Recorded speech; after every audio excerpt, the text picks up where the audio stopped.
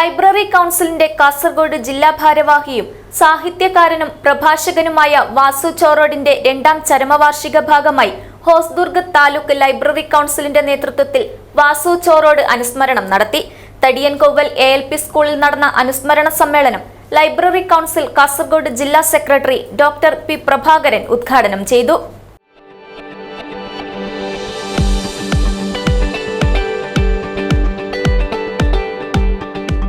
കരുതലിന്റെ കാവൽ ഇനി ഇവിടെ.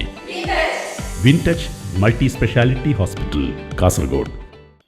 വാസു ചോറോഡിന്റെ രണ്ടാം ചരമവാർഷികത്തിന്റെ ഭാഗമായി ലൈബ്രറി കൗൺസിൽ ഹോസ്ദുർഗ് താലൂക്ക് കമ്മിറ്റിയുടെയും തടിയൻകോവൽ കൈരളി ഗ്രന്ഥാലയത്തിന്റെയും നേതൃത്വത്തിലാണ് അനുസ്മരണ സമ്മേളനം നടത്തിയത്.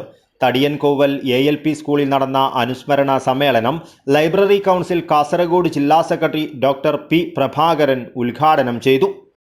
ജില്ലയിലെ ചോറോഡ് എന്ന് പറയുന്ന പ്രദേശത്ത് നിന്നും ജോലി ആവശ്യാർത്ഥം നമ്മുടെ പഠന MRH സ്കൂളിലേക്ക് എത്തുകയും ഉദിനൂരിൽ താമസമായിരിക്കുകയും ചെയ്തു. ഒക്കെ നമുക്കറിയുന്ന കാര്യങ്ങളാണ്. അന്ന് അദ്ദേഹത്തിൻ്റെ കൂടെ ലോഡ്ജിൽ താമസിച്ചിരുന്ന ഇന്നത്തെ ഏറ്റവും പ്രധാനപ്പെട്ട കേരളത്തിൽ അറിയപ്പെടുന്ന സംവിധായകനായ നാടകകൃത്തായ ശശിയേട്ടൻ ഉണ്ടായിരുന്നു.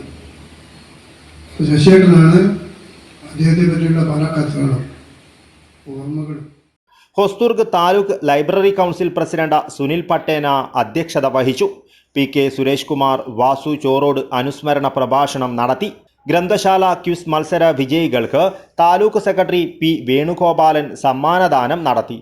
പടന്ന പഞ്ചായത്ത് അംഗം EV ചിത്ര, ലൈബ്രറി കൗൺസിൽ ജില്ലാ എക്സിക്യൂട്ടീവ് അംഗം K. Lalitha, Kairali Granthalayam secretary A. Baburaj, joint secretary VM Vinod എന്നിവർ സംസാരിച്ചു. ക്വിസ് മത്സരത്തിന് PP ജയൻ നേതൃത്വം നൽകി. ഗ്രന്ഥശാല ക്വിസ് മത്സരത്തിൽ PV ദിനേശൻ ഒന്നാം സ്ഥാനം നേടി. MV ദിലീപ് കുമാറിനാണ് രണ്ടാം സ്ഥാനം. News bureau, Cheruvathur.